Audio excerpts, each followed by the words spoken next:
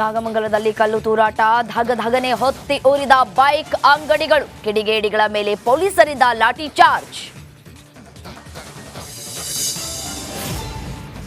Climax ಹಂತದಲ್ಲಿ prosecution fight, ಸಿದ್ದರಾಮಯ್ಯಗೆ judgement day, CM MUDA ಭವಿಷ್ಯ ಇಂದೇ ನಿರ್ಧಾರ. ಇಂದು ದಾಸನ ನ್ಯಾಯಾಂಗ ಬಂಧನ ಅಂತ್ಯ, ವಿಡಿಯೋ ಕಾನ್ಫರೆನ್ಸ್ ಮೂಲಕ ಕೋರ್ಟ್ಗೆ ಹಾಜರು. ವಿಚಾರಣೆ ಬಳಿಕ ಪತ್ನಿ ವಿಜಯಲಕ್ಷ್ಮಿ ಭೇಟಿ ಸಾಧ್ಯತೆ.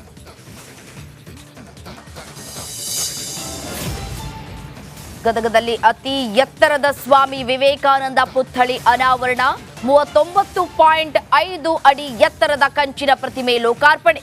ಸ್ಟ್ಯಾಚ್ಯೂ ಬಳಿ ವಿದ್ಯಾರ್ಥಿಗಳ ಸೆಲ್ಫಿ ಸಂಭ್ರಮ.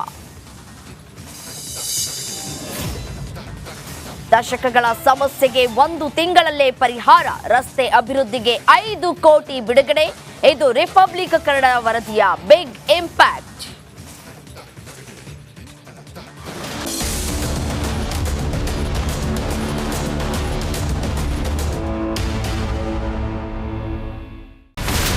ಇಲ್ಲಿರುವಂತ ಈ ಒಂದು ಗುಡ್ಡ ಕುಸಿದ ಪರಿಣಾಮ ಯಾವ ರೀತಿಯಾಗಿತ್ತು ಅಂತಂದ್ರೆ, ಗಂಗಾವಳಿ ನದಿ ಪಕ್ಕದಲ್ಲಿರುವಂತಹ ಉಳುವರ್ ಎನ್ನುವ ಗ್ರಾಮ ಸಂಪೂರ್ಣವಾಗಿ ಇವತ್ತು ನಾಶ ಆಗಿದೆ.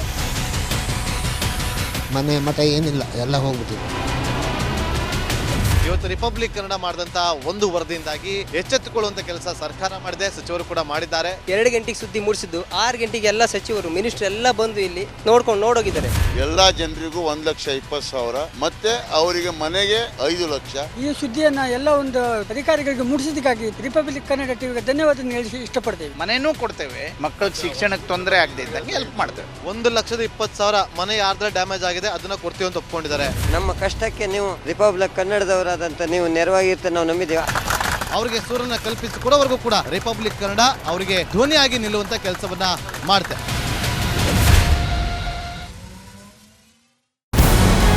ನಮಸ್ಕಾರ, ಕರ್ನಾಟಕ ಪ್ರೈಮ್ ಟೈಮ್ಗೆ ಸ್ವಾಗತ. ನಾನು ಜಯಪ್ರಕಾಶ್ ಶೆಟ್ಟಿ.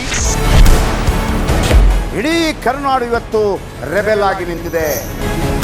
ಈ ಹಗರಣಗಳನ್ನು ಸದನದಲ್ಲಿ ಪ್ರಸ್ತಾಪ ಮಾಡಲು ಕೂಡ ಕಾಂಗ್ರೆಸ್ ಹಿಂದೇಟು ಹಾಕಿದ್ದೇಕೆ?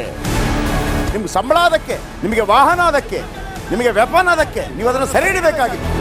ನೀವು ವಿದ್ಯುತ್ ಬರ ಇದೆ ಅಂತ ಹೇಳ್ತಾ ಇದ್ದೀರಿ, ಎಲ್ಲಿ ಬರ ಇದೆ ನೀವು ಹೇಳಬೇಕು. ಪಾಕಿಸ್ತಾನ್ ಆಕ್ಯುಪೈಡ್ ಕಾಶ್ಮೀರ್ ಅದು ಎಂದೆಂದಿಗೂ ನಮ್ಮದು. 40 ಮೆಷಿನ್ಗಳು ತಂದಿತ್ತು ನೋಟ್ ಎಣಿಸುವುದಕ್ಕೆ, ಅದೇ ಹಾಳಾಯಿತು. ಮಥುರಾದ ಗಲಾಟೆ ಇದೆಯಲ್ಲ, ಅದು ಸ್ಥಳೀಯವಾಗಿ ಕೂತು ಪರಿಹರಿಸಬಹುದಾದಂಥ ಕಾನೂನಿದೆ.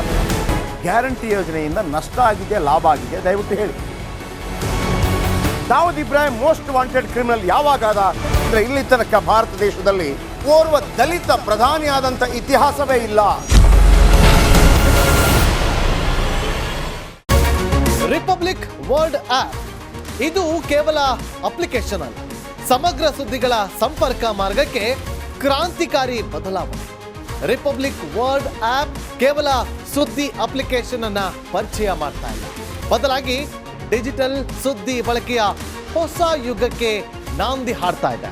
ಇದೊಂದು ಬ್ರೇಕಿಂಗ್ ನ್ಯೂಸ್, ಪ್ರಭಾವಶಾಲಿ ಕಾರ್ಯಕ್ರಮಗಳಿಗೆ ಗಟ್ಟಿಯಾದ ವೇದಿಕೆ.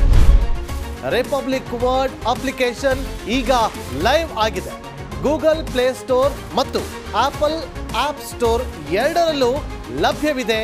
ಈಗಲೇ ಡೌನ್ಲೋಡ್ ಮಾಡಿ.